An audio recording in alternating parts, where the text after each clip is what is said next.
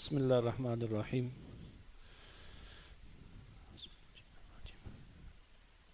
یا ایھا الذین آمنوا لا تدخلوا بیوتا غیر بیوتکم حتی تستأنسوا وتسلموا علی اہلہا ذالکم خیر لکم ان کنتم تعلمون۔ صدق اللہ العظیم۔ معزز دوستان گرامی قدر اور بالخصوص مسجد اعزا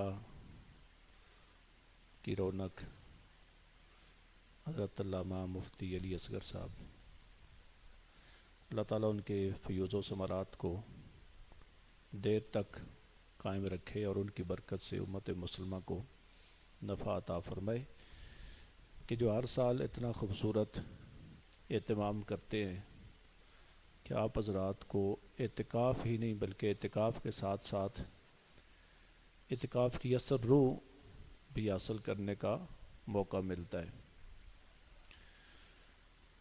آج کی جو گزارشات ہیں وہ سورہ نور کی روشنی میں کچھ احکام جن کا جاننا کرنا ہمارے لیے ضروری ہے۔ پہلی چیز جو اللہ رب العزت نے ارشاد فرمائی کہ ایمان والو، جب تم دوسروں کے گھر میں جاؤ تو داخل نہ ہو یہاں تک کہ تم اجازت لے لو اور گھر والوں کو سلام کر لو۔ تو شریعت اسلامیہ میں اللہ اس کے رسول نے جو دوسرے لوگوں کے ساتھ معاملات کرنے ہوتے ہیں ان کی بہت ساری صورتیں ہیں، سب تو بیان نہیں کی جا سکتی۔ ان میں سے ایک یہ صورت ہے کہ ہم دوسروں کے گھر جاتے ہیں تو اس کے لیے دو چیزیں ارشاد فرمائیں، ایک تو اجازت لینی ہوگی اور دوسرا سلام کرنا ہوگا۔ اجازت کے بارے میں حدیث کی کتابوں میں آتا ہے، اور صحابہ کرام کا جو معمول تھا وہ یہ ہے کہ آپ 3 دفعہ اجازت لیں، یعنی اگر آپ دروازہ نہیں ہے، ان کے گھر کا دروازہ ہی نہیں ہے تو آپ سلام کریں، ایک مرتبہ، دوسری مرتبہ، تیسری مرتبہ، اتنا کہ آپ کو یقین ہو کہ انہوں نے تینوں مرتبہ سن لیا ہوگا۔ جب آپ کو یقین ہے کہ 3 مرتبہ وہ سن چکے ہیں لیکن اندر سے کوئی ریسپانس نہیں ہے، کوئی جواب نہیں ہے، تو پھر آپ کو واپس چلے جانا چاہیے۔ فرجعوا، قرآن کہتا ہے کہ تم واپس پلٹ جاؤ، وہاں پہ نہ ٹھہرو۔ اور دوسری صورت کہ دروازہ ہے،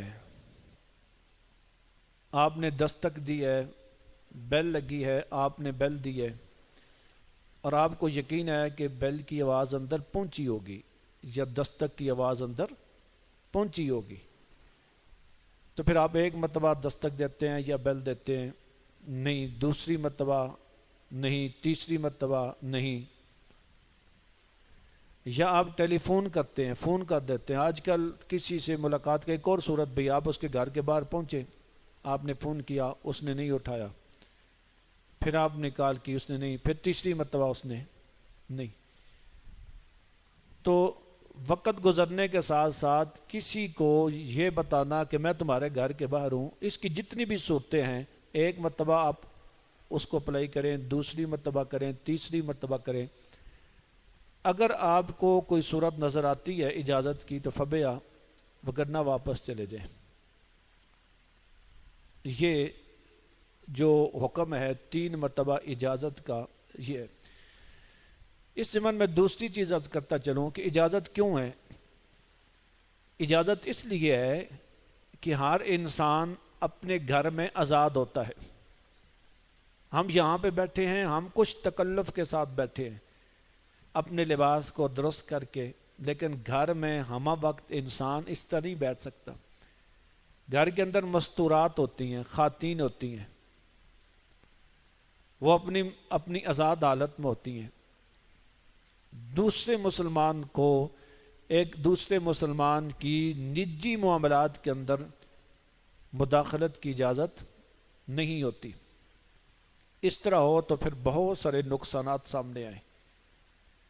لیکن یہاں پر کیا ہوتا ہے، شریعت ہمیں یہ بھی کہتی ہے کہ جب آپ کسی کے گھر جائیں اجازت لیں تو اجازت اس لیے لیں تاکہ دوسرے کی عزت محفوظ رہے۔ بعض لوگوں کی یہ عادت ہوتی ہے کہ وہ اجازت کے ساتھ ساتھ گھر کے اندر جھانک کے بھی دیکھتے ہیں کہ کوئی بندہ ہے یا نہیں ہے۔ مثلا کوئی اگر دروازے کے قریب قریب گلی والی سائڈ پہ کوئی کھڑکی ہے وہاں سے دیکھیں گے، دروازے میں کوئی سوراخ وغیرہ ہے، دیوار میں کوئی سوراخ ہے، اندر دیکھنے کی کوئی صورت ہے، دیوار چھوٹی ہے، دروازہ کھلا ہوا ہے، دیوار کے اوپر سے گردن اٹھا کے دروازہ کھلا ہے وہاں سے جھانک کے، یہ جتنی بھی کوئی صورتیں اندر دیکھنے کی، یہ اندر دیکھنے کی کوشش کرتے ہیں۔ شریعت اسلامیہ میں اس کی سخت ممانعت ہے، یہاں تک کہ حکم یہ ہے کہ جب آپ ان کے دروازے پہ کھڑے ہوں تو آپ ادھر منہ کر کے نہ کھڑے ہوں۔ ممکن ہے کوئی خاتون ہی دروازہ کھولے یہ سمجھ کے کوئی خاتون ہوگی اور آگے سے آپ ہوں اور آپ کی نظر اس پہ پڑے، آپ اس طرف پیٹ کر کے کھڑے ہو جائیں۔ اور دوسرا یہ ہے کہ ان کے گھر کے اندر نہ دیکھیں، نہ کھڑکی سے دیکھیں، نہ دروازے سے دیکھیں، نہ سوراخ سے دیکھیں، نہ دیوار کے اوپر سے دیکھیں، نہ کھلے دروازے سے دیکھیں، کہیں سے بھی گھر کے اندر دیکھنے کی اجازت نہیں ہے۔ یہاں تک کہ ایک حدیث پاک کے اندر یہ بھی آتا ہے، نبی اکرم صلی اللہ علیہ وسلم نے فرمایا کہ جب کوئی دوسرے کے گھر میں جھانک کر دیکھے اور اگلا آدمی وہ کنکری مار کے، پتھر مار کے یا کوئی چیز مار کے اس کی آنکھ کو نکال دے تو اس پہ کوئی حرج نہیں ہے۔ ویسے اگر آنکھ نکال دیں نا، آنکھ کسی کی ایک آنکھ نکال دیں، ضائع کر دیں، تو پورے جسم کی آدھے حصے کے برابر دیت ہے۔ ایک آدمی قتل ہو جائے تو 100 اونٹ اس کی دیت ہے، 100 اونٹ یا ان کی قیمت دینی پڑتی ہے خون بہا کے طور پہ۔ اگر آنکھ نکل جائے تو اس کی آدھی دیت ہے، یعنی 50 اونٹ دینے پڑتے ہیں۔ ایک انسانی آنکھ کی قیمت 50 اونٹوں کے برابر ہے۔ اگر 2 لاکھ کا ایک اونٹ ہے تو 1 کروڑ روپیہ بنتا ہے۔ لیکن جس نے دوسرے کے گھر میں جھانکا، اس نے آگے سے کوئی پتھر کوئی چیز ماری اور اس کی آنکھ نکال دی، اللہ کے نبی نے واضح طور پہ فرمایا کہ اس کے اوپر کوئی جرمانہ نہیں، کوئی گناہ نہیں، کوئی قصاص نہیں، کوئی دیت نہیں ہے، نہ دنیا میں مواخذہ نہ آخرت میں مواخذہ۔ اب دیکھ لیں کہ کتنا سخت حکم دیا۔ بلکہ ایک مرتبہ نبی پاک صلی اللہ علیہ وسلم گھر میں تشریف فرما تھے تو ایک آدمی آیا، وہ دروازے کے کواڑوں سے ایسے جھانک کے دیکھ رہا تھا۔ آپ نے فرمایا اس کی ناراضگی کا اظہار فرمایا اگر میرے پاس کوئی چیز ہوتی میں اس کو مارتا، اس کی آنکھ نکل جاتی۔ حالانکہ آپ رحمت للعالمین ہیں، لیکن اپنی ذات کے لیے نہیں، امت کو تعلیم دینے کے لیے، امت کی عزت کو گھر میں محفوظ کرنے کے لیے، اس کے تحفظ کا اہتمام کرنے کے لیے آپ نے اتنا سخت قدم اٹھانے کا بھی ارادہ کر لیا کہ میرے پاس کوئی چیز ہوتی میں مارتا، اس کی آنکھ نکال دیتا۔ اب دیکھنے کہ سراپا رحمت ذات اتنی سی بات پہ اتنا سخت قدم اٹھا رہی ہیں، جس کا مطلب یہ ہے کہ دوسرے کے گھر میں اس طرح جھانکنا اس کی بالکل اجازت نہیں ہے۔ اسی طرح بعض اوقات ہوتا ہے کہ ہمیں اجازت مل جاتی ہے، ٹھیک ہے ہم سلام کرتے ہیں، سلام کا جواب بھی ہو گیا، اجازت بھی مل گئی، اب اندر بیٹھنے کی اجازت ہے۔ سب نہیں، لیکن بعض لوگوں کی عادت ہوتی ہے کہ ایک ڈرائنگ روم میں، مہمان خانے میں، کمرے میں، بیٹھک میں جہاں پہ بٹھا دیا اسے، وہ وہیں تک محدود رہے، اٹھ کے دوسری طرف بھی نہ جائے، دیکھے بھی نہیں۔ لیکن بعض لوگوں کی کیا عادت ہوگی، اس کمرے سے پھر جھانک کے وہ دوسرے گھر کا جائزہ لینا شروع کر دیں گے، ادھر کا ادھر کا، دائیں کا بائیں کا، کہ کیا ہے کیا نہیں ہیں۔ وہ اس چیز کا بھی جائزہ لینے لگیں گے کہ ان کا گھر کیسا ہے، اندر کی کیا کیفیت ہے، کیا پڑا ہے، ان چیزوں کا بھی کھوج لگائیں گے۔ حالانکہ یہ بات یاد رکھیں، جیسے آپ کو گھر کے اندر آنے کی اجازت نہیں ملی تو آپ کو گھر کے اندر دیکھنے کی بھی اجازت نہیں ہے، اسی طرح اگر آپ کو ایک کمرے میں محدود کیا گیا ہے تو آپ کو دوسرے کمرے میں بھی دیکھنے کی اجازت نہیں ہے۔ اگر آپ دیکھیں گے پھر بھی گناہگار ہوں گے۔ تو یہ بنیادی طور پہ دوسرے کے ہاں مہمان بن کے جانا اور گھر میں داخل ہونا، وہاں پہ بیٹھنا، داخلے بیٹھنے کے جو آداب ہیں، جو احکام ہیں، یہ کچھ بنیادی چیزیں ہیں کہ جن کا جاننا ہر مسلمان کے لیے ضروری ہے۔ آگے چل کے جو قرآن نے حکم دیا نا، وہ ہے کل للمؤمنین یغضوا من ابصارہم۔ اے میرے پیارے حبیب پاک، آپ ایمان والوں سے کہیں کہ وہ اپنی نگاہوں کو جھکا کے رکھیں، وَيَحْفَظُوا فُرُوجَهُمْ، اور اپنی عزتوں کی حفاظت کریں۔ اور نیچے کیا فرمایا؟ وَقُلْ لِلْمُؤْمِنَاتِ يَغْضُضْنَ مِنْ أَبْصَارِهِنَّ وَيَحْفَظْنَ فُرُوجَهُنَّ، اور ایمان والی عورتوں سے بھی کہیں کہ وہ اپنی نگاہوں کو جھکا کے رکھیں اور اپنی عزتوں کی حفاظت کریں۔ قرآن کے اندر ویسے عمومی طور پہ اگر آپ روزے کا حکم دیکھیں، روزہ فرض ہے اور بہت افضل عبادت ہے، لیکن قرآن میں مردوں کے لیے الگ اور عورتوں کے لیے الگ روزے کا حکم نہیں ہے، نہیں۔ ایک ہی آیت ہے یا ایھا الذین آمنوا۔ آپ اعتکاف بیٹھے ہیں، اعتکاف کا جو قرآنی آیاتوں میں ذکر ہے وہاں پہ مردوں کا الگ، عورتوں کا الگ نہیں ہے۔ 2-3 آیاتوں میں ذکر ہے، وہاں مذکر کے صیغے استعمال ہوئے ہیں، عورتیں اس کے ضمن میں ویسے آ جاتی ہیں۔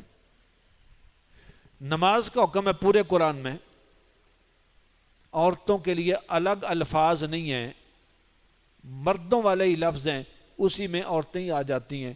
زکوٰۃ کا حکم ہے، الگ حکم نہیں ہے۔ یہاں تک کہ جب حرام کاموں سے روکا گیا ہے، شراب کو منع کیا گیا ہے، مردوں کے لیے الگ، عورتوں کے لیے الگ نہیں منع کی۔ بدکاری زنا سے منع کیا گیا ہے، مردوں کے لیے الگ، عورتوں کے لیے الگ حکم نہیں دیا گیا۔ لیکن یہ وہ آنکھوں کا مسئلہ ہے اور عزتوں کی حفاظت کا مسئلہ ہے، یہاں اللہ تبارک و تعالیٰ نے مردوں کے لیے الگ آیت نازل کی اور اپنے حبیب پاک کو حکم دیا کہ میرے حبیب پاک آپ ان لوگوں کو ارشاد فرمائیں، مومن مردوں سے، کہ وہ اپنی نگاہوں کو جھکا کے رکھیں، اور مومن عورتوں سے کہ وہ اپنی نگاہوں کو جھکا کے رکھیں۔ اب اس سے آپ اندازہ کر لیں کہ نظروں کی حفاظت کی اہمیت کتنی ہے، کیوں ہے۔ اس کی وجہ ایک حدیث پاک میں آتا ہے کہ نظر، یہ جو نظر ہے یہ شیطان کے زہر آلود تیروں میں سے ایک تیر ہے۔ نظر شیطان کے زہر آلود تیروں میں سے ایک تیر ہے۔ آپ تھوڑا غور کریں اس حدیث پاک پہ۔ ایک تیر ہے، تیر وہ اگر میرے بازو پہ لگتا ہے تو بازو پہ زخم ہوگا، وہ دل پہ نہیں ہوگا، وہ سر پہ نہیں ہوگا، وہ ٹانگ پہ نہیں ہے۔ وہ ٹانگ پہ لگا تو بازو پہ زخم نہیں ہے، لیکن جو زہر آلود تیر ہوتا ہے، جس کو زہر میں رکھا گیا ہوتا ہے، اس کے ساتھ زہر لگا ہوتا ہے،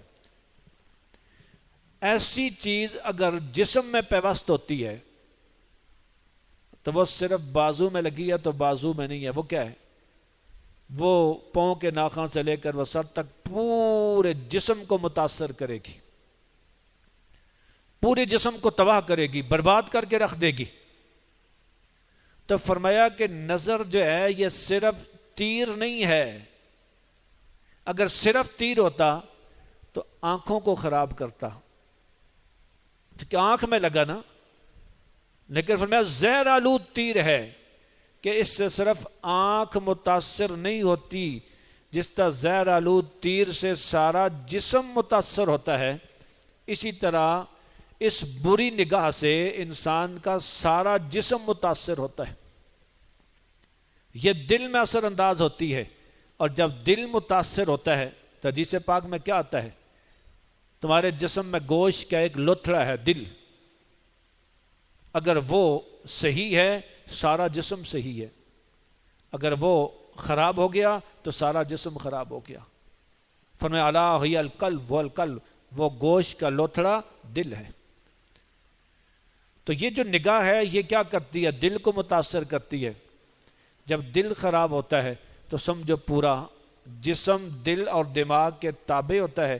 دل و دماغ نے فیصلے کرنے ہیں، جسم نے عمل کرنا ہے۔ جو فیصلہ دل و دماغ نے کیا ہاتھ اس پہ عمل کرے گا۔ آپ کی سوچ جب بدل گئی آپ کا پاؤں کیا کر سکے گا؟ آپ کی سوچ جب گندی ہو گئی آپ کا ہاتھ کیا کر سکتا ہے؟ وہ آپ کا مدد کرے گا برائی میں، پاؤں آپ کی مدد کرے گا برائی میں، آپ کی زبان مدد کرے گی برائی میں، آپ کے کان مدد کریں گے برائی میں۔ تو یہ جو نگاہ ہے یہ انسان کے دل کو خراب کر دیتی ہے، دل اور دماغ کو متاثر کرتی ہے، انسان کی بنیادی جو قوت ہے اس کو اپنے ہاتھ میں لے لیتی ہے، اس کو برباد کر کے رکھ دیتی ہے۔ اس لیے ایک دوسری حدیث پاک میں کیا آتا ہے؟ میرے آقا نے فرمایا کہ جب کسی کی نگاہ کسی غیر محرم پہ پڑی یا کسی بے حیائی کی چیز پہ پڑ گئی اور اس نے اپنی نگاہ کو کھینچ لیا ابتغاء وجہ اللہ، اللہ کے خوف سے، اللہ کی خوشنودی کے لیے، اللہ کی رضا حاصل کرنے کے لیے، لوگوں کے ڈر سے نہیں، کسی اور دنیاوی مقصد کے لیے نہیں، اللہ کی رضا کے لیے اس نے اپنی نگاہ کو جھکا لیا، پیچھے کھینچ لیا، آنکھ کو بند کر لیا۔ فرمایا اللہ تعالیٰ اس کو ایمان کی حلاوت، مٹھاس اور لذت عطا فرمائے گا۔ جس نے نگاہ پڑ گئی بے حیائی کے کام پہ، اس نے آنکھ کو جھکا لیا، واپس پلٹا لیا، آنکھ کو بند کر لیا، پھیر لیا، اللہ تعالیٰ اس کو ایمان کی لذت عطا فرمائے گا۔ یہ ایمان کی لذت کیا ہے؟ ایمان کی لذت جب بندے کے دل میں آتی ہے نا، پھر اس کو اللہ کی اطاعت کرتے ہوئے، اس کا ذکر کرتے ہوئے، اس کی عبادت کرتے ہوئے بھی لذت محسوس ہوتی ہے۔ پتہ ہے ہم پہ نماز بعض کا دشوار ہو جاتی ہے، عبادت دشوار ہوتی ہے، مسجد کی طرف آنا دشوار ہوتا ہے، لیکن اللہ کے وہ والے بندے بھی تو تھے نا جو ایک رکعت بھی پوری نہیں کرتے تھے اور ساری رات ہی گزر جاتی تھی، جو ایک سیر ہو کے سجدہ بھی نہیں کرتے تھے کہ رات ساری گزر جاتی تھی، وہ کرتے تھے پروردگار تو نے کتنی چھوٹی رات بنائی ہے کہ ہماری طبیعت ابھی سیر ہو کے ایک سجدہ بھی نہیں کر سکی، تیری رات گزر گئی، اور ہم تو 10 منٹ کی بھی عبادت نہیں کر سکتے۔ کیوں؟ اس لیے کہ ان لوگوں کو ایمان کی لذت ملی تھی، ہمارے پاس ایمان کی لذت نہیں ہے۔ جتنا جتنا ہم اپنی نگاہوں کو پاک کریں گے، اور یہ بات یاد رکھیں ایمان کی لذت کہاں پہ آتی ہے؟ دل میں، اور دل کی نالیاں ہیں۔ دل کی حیثیت ایک تالاب کسی ہے، تالاب، ایک ٹینکی، ٹینکی میں 3 پائپ جاتے ہیں۔ مثال کے طور پر کسی ٹینکی میں، کسی تالاب کے اندر 3 پائپ جاتے ہوں اور تینوں سے گندا بدبودار پانی جاتا ہو تو ٹینکر کے اندر کیا ہوگا؟ دودھ ہوگا؟ خوشبودار پانی ہوگا؟ نہیں بھائی، اس ٹینکر میں، اس چیز کے اندر، اس تالاب میں جو 3 رستے ہیں پانی کے جانے کے، ان تینوں رستوں سے گندا بدبودار غلیظ پانی جا رہا ہے، تو اس ٹینکر کے اندر پھر کیا ہوگا؟ گندا بدبودار اور غلیظ پانی ہوگا۔ تمہارا دل بھی ایک برتن کی طرح ہے، ایک ٹینکی کی طرح ہے۔ اس کی نالی کون سی ہے؟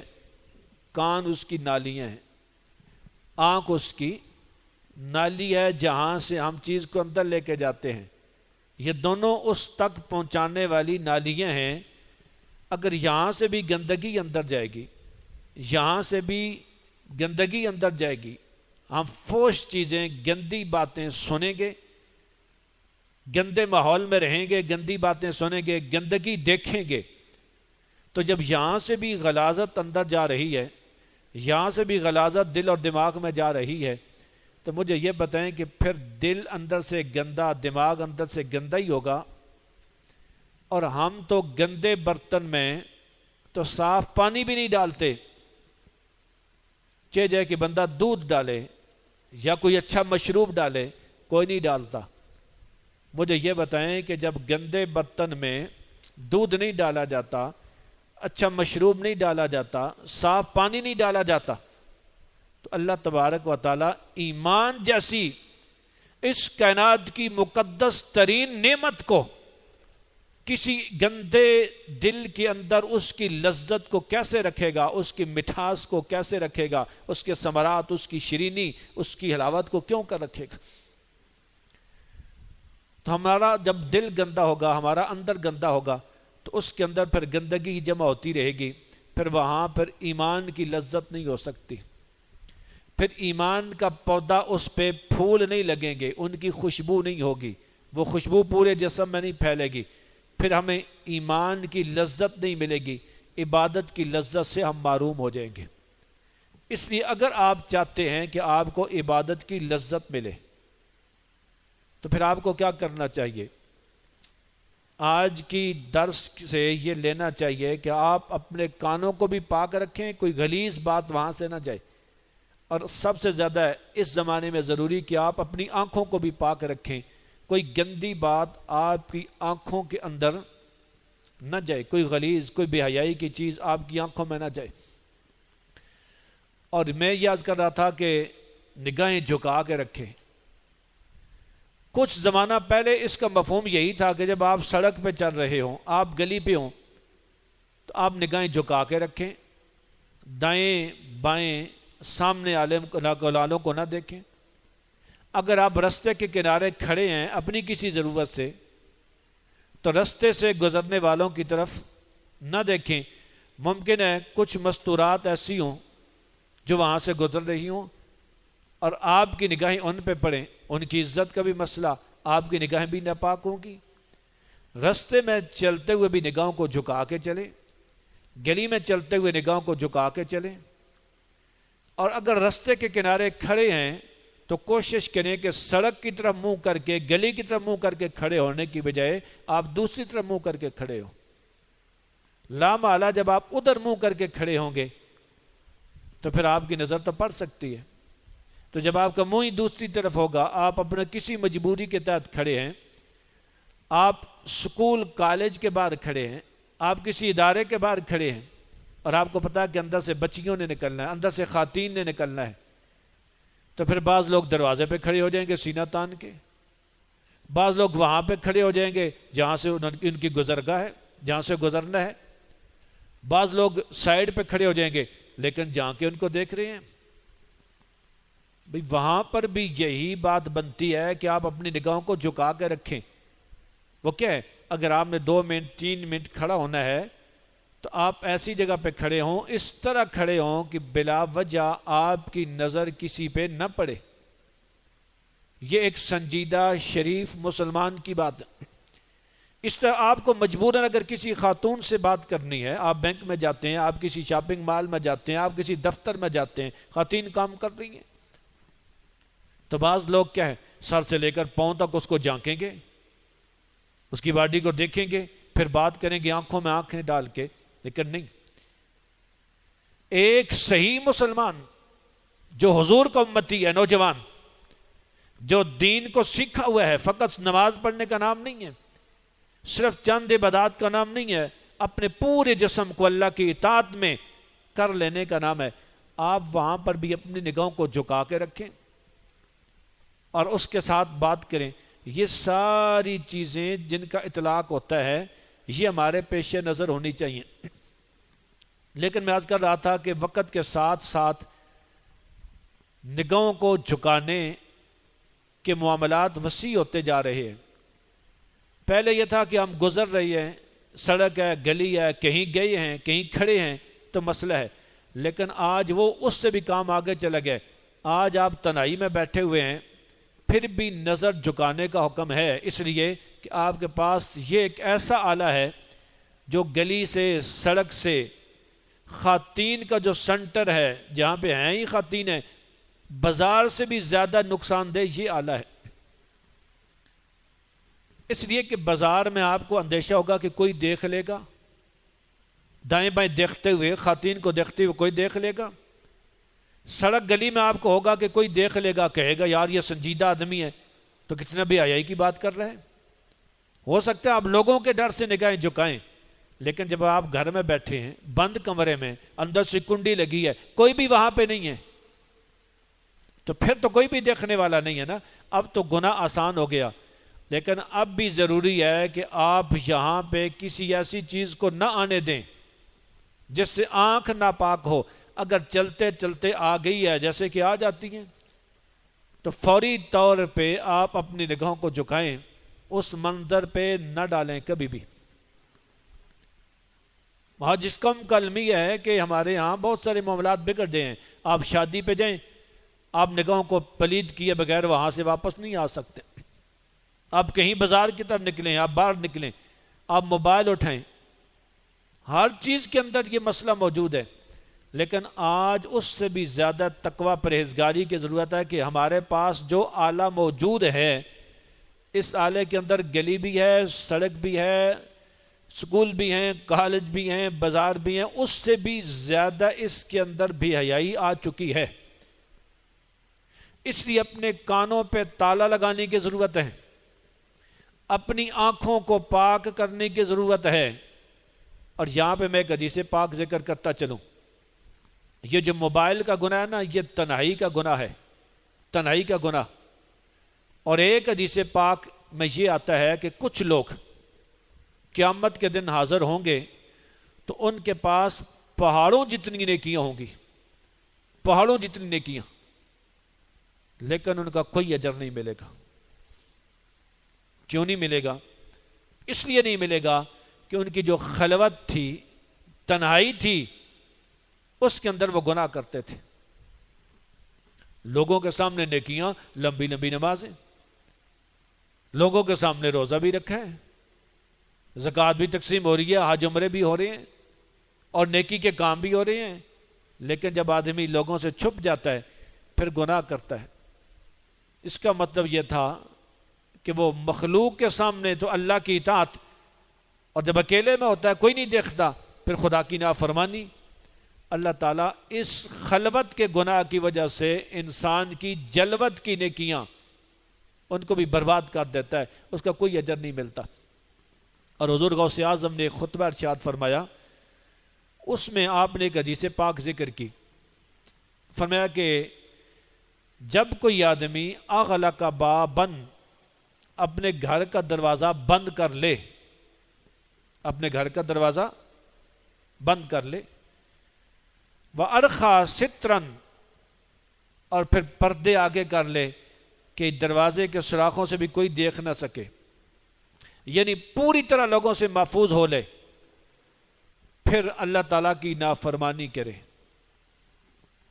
پھر اللہ کی، تو اللہ تعالیٰ فرماتا ہے، یہ اگلا جملہ سننے والا ہے، اللہ تعالیٰ اس بندے کو جو دروازہ بند کر کے، پردے آگے کر کے، جب کوئی بھی دیکھنے والا نہیں ہے، پھر گناہ کرتا ہے، پھر آنکھ کو ناپاک کرتا ہے، اور آنکھ کے ذریعے سے دل کو ناپاک کرتا ہے، کان کے ذریعے سے دل کو ناپاک کرتا ہے، گناہ کرتا ہے، اللہ کی نافرمانی کرتا ہے، تو اللہ تعالیٰ فرماتا ہے کہ میرے بندے، تو نے مجھے اتنی اہمیت بھی نہیں دی جتنی اہمیت تیرے نزدیک ایک عام بندے کی سی تھی۔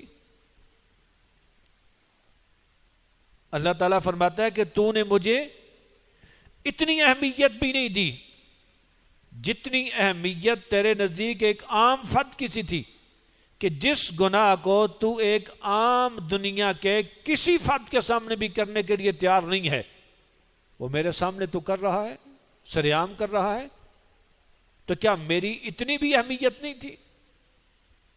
اس لیے ہوتا ہے نا کہ ہمارا ایمان تو ہو جاتا ہے لیکن ایمان اپنی تکمیل کو نہیں پہنچتا.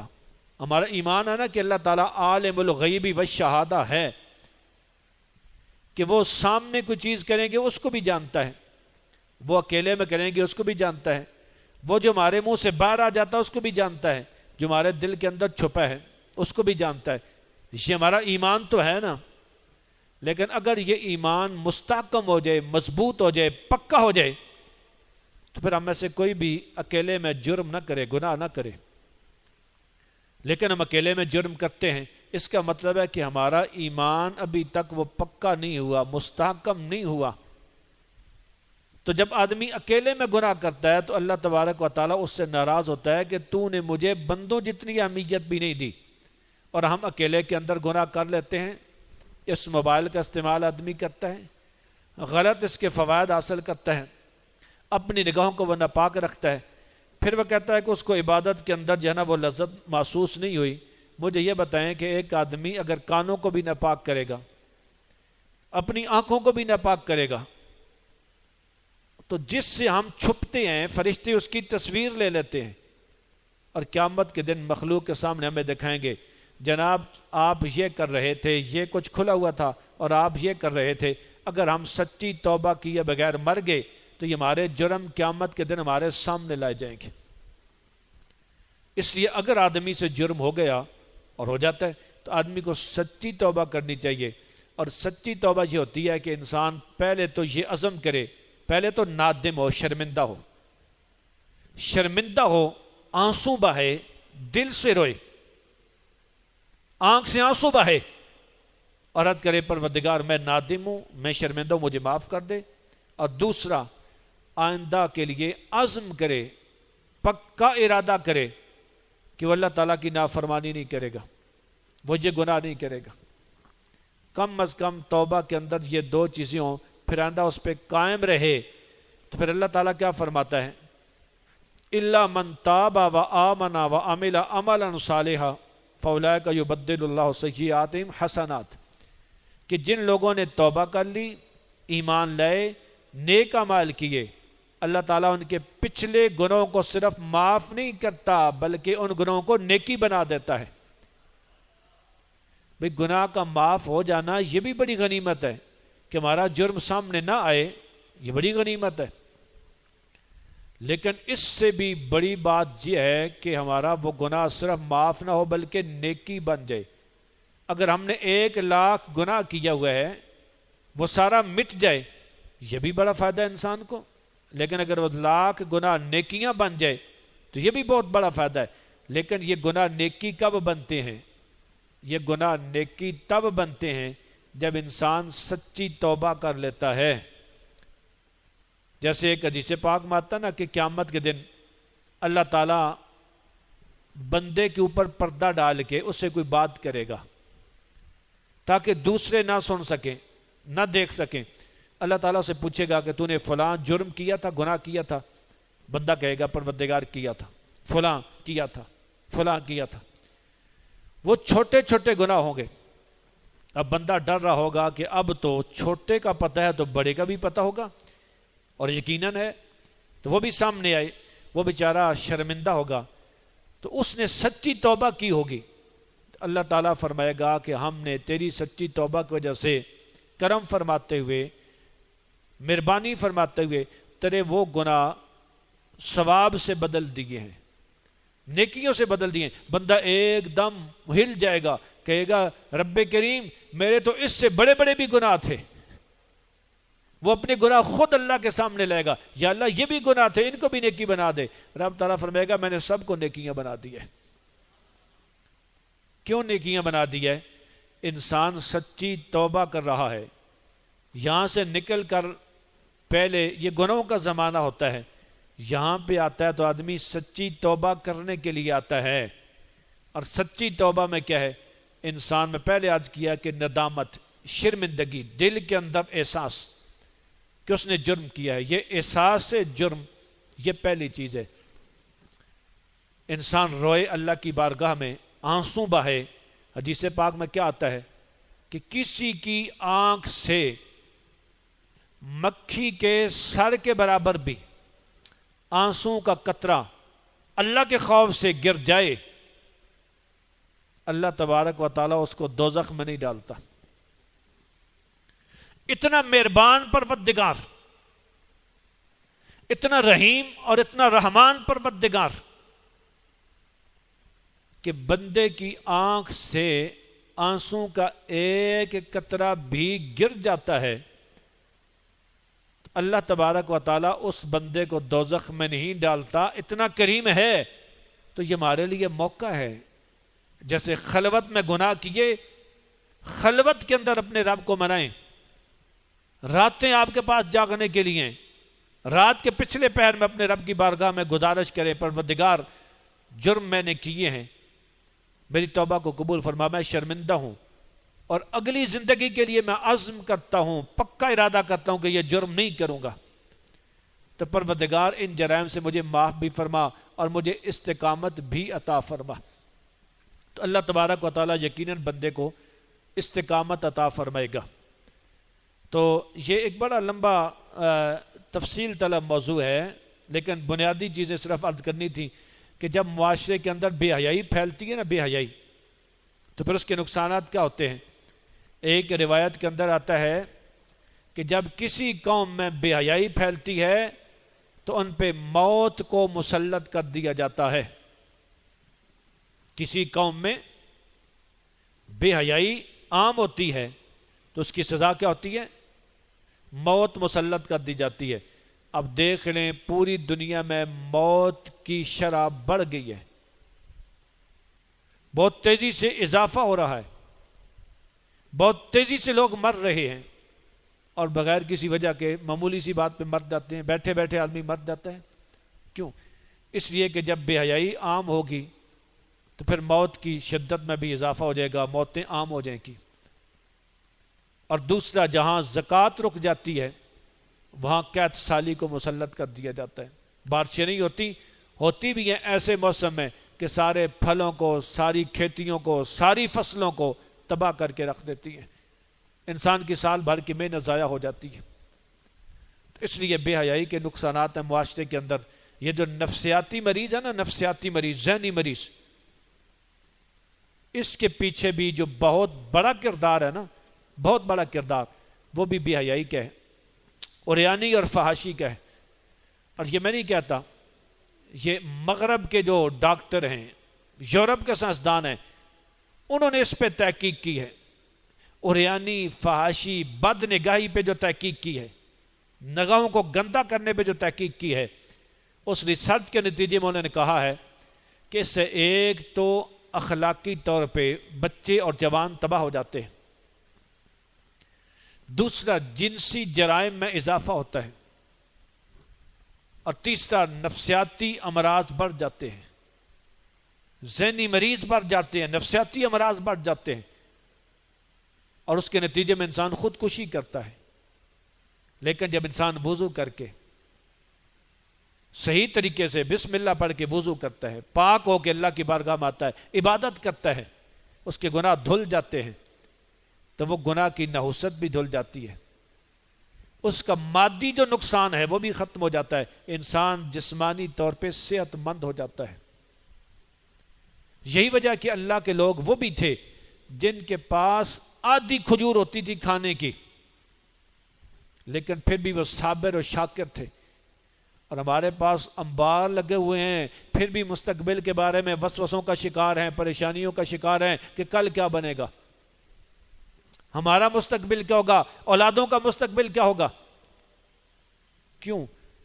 اس کی یہی وجہ ہے، ہم نفسیاتی طور پہ پریشان ہو چکے ہیں، سب کچھ ہونے کے باوجود بھی آدمی نفسیاتی مریض ہے، دنیا کی کسی چیز کی کمی نہیں ہے، پھر بھی آدمی نفسیاتی مریض ہے، پھر بھی خودکشی کی کوشش کر رہا ہے۔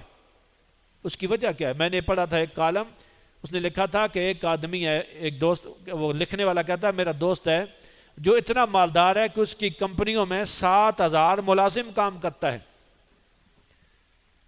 ایک ملازم بھی کسی نے رکھا ہوا نا، اس کا مطلب اچھا خاصا خوشحال آدمی ہے، تو جس کے 7,000 ملازم ہوں، 7,000، وہ کتنا کروڑوں کا اور اربوں کا مالک ہوگا۔ لیکن وہ کہتا ہے کہ وہ 3 سے 4 مرتبہ خودکشی کی کوشش کر چکا ہے 3 سے 4 مرتبہ خودکشی کی کوشش کیوں کرتا ہے آدمی؟ وہ جو زندگی سے بیزار ہو جاتا ہے، جو زندگی سے بالکل مایوس اور تنگ ہو جاتا ہے، وہ آدمی خودکشی کرتا ہے ایک سکون کی حصول کے لیے۔ لیکن وہ کیوں؟ اس لیے کہ اس کو عبادت کی لذت نہیں ہے۔ جس آدمی کو عبادت کی لذت ملتی ہے وہ تو دعا کرتا ہے پروردگار دنیا میں مجھے عبادت کے لیے زندہ رکھنا، مجھے تو قبر میں بھی اپنی عبادت کی توفیق عطا فرمانا، مجھے تو اٹھنے کے بعد بھی اپنی عبادت کی توفیق عطا فرمانا۔ اس عبادت میں لذت ملتی ہے۔ اس لیے دوستو اپنی نگاہوں کو پاک رکھیں۔ دوسروں کے ہاں جانے کے جو آداب ہیں، کہیں بازار میں جانے کے آداب ہیں، سڑک گلی پہ چلنا، کہیں کھڑے ہونا، کسی اسکول کے باہر، کسی ہاسٹل کے باہر، کسی کالج کے باہر، کسی یونیورسٹی کے باہر، کسی ادارے میں جانا، یہ تمام جگہیں ہیں۔ گھر کے اندر موبائل کا استعمال کرنا، یہ تمام جگہیں ہیں کہ جس میں آپ کو آئندہ ہم سب کو احتیاط کرنی ہوگی۔ احتیاط کریں گے، آپ دیکھیں گے کہ آپ کو آہستہ آہستہ جتنی آپ احتیاط کرتے چلے جائیں گے آپ کو اپنی عبادت میں لذت ملے گی۔ اس سے آپ سمجھیں کہ اب اللہ تعالیٰ نے آپ کے دل کو پاک کر دیا، آپ نے کوشش کی تو رب نے آپ کو ایمان کی مٹھاس اور لذت عطا فرما دی ہے۔ وما علیہ الا البلاغ المبین۔